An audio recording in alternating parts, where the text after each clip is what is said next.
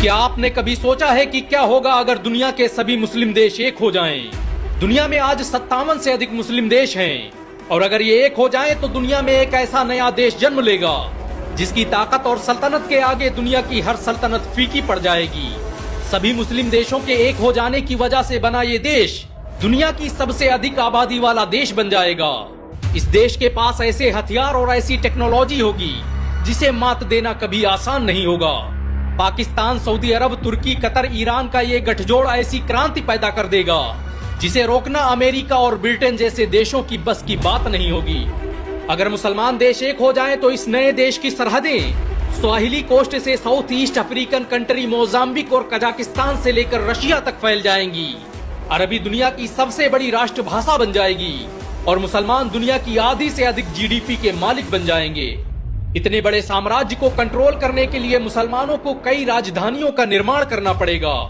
अगर ऐसा हुआ तो खिलाफत उस्मानिया की राजधानी रही इस्तांबुल और मुगल साम्राज्य का केंद्र रहे लाहौर फिर से इस्लामी राष्ट्र का केंद्र बिंदु होंगे। आपके लिए यह हैरानी की बात हो सकती है कि आज भी दुनिया में 200 मिलियन से अधिक गैर मुस्लिम इस्लामी देशों में निवास करते हैं। अगर दुनिया के सभी मुस्लिम देश एक हो जाएं तो इस तरह ये देश दुनिया की सबसे अधिक गैर मुस्लिम आबादी रखने वाला देश बन जाएगा। सभी मुस्लिम देशों के एकजुट हो जाने की वजह से समाज में बड़े ही ऐतिहासिक बदलाव देखने को मिलेंगे। ये इतिहास में पहली बार होगा जब कोई देश 1 करोड़ से अधिक मस्जिदों और मदरसों का मालिक होगा। दुनिया में सबसे ज्यादा हाफिज और कारी इस देश के निवासी होंगे। अरबी भाषा दुनिया के सबसे बड़े देश में बोली जाने वाली सबसे बड़ी भाषा बन जाएगी। ये देश कितना बड़ा होगा इसका अंदाजा इसी बात से लगाया जा सकता है कि इसका आकार एशिया महाद्वीप से भी बड़ा होगा। दुनिया की सबसे बड़ी इमारतों के मालिक मुसलमान होंगे और ये नया देश विश्व में सबसे अधिक मल्टीनेशनल कंपनियों को रखने वाला देश बन जाएगा।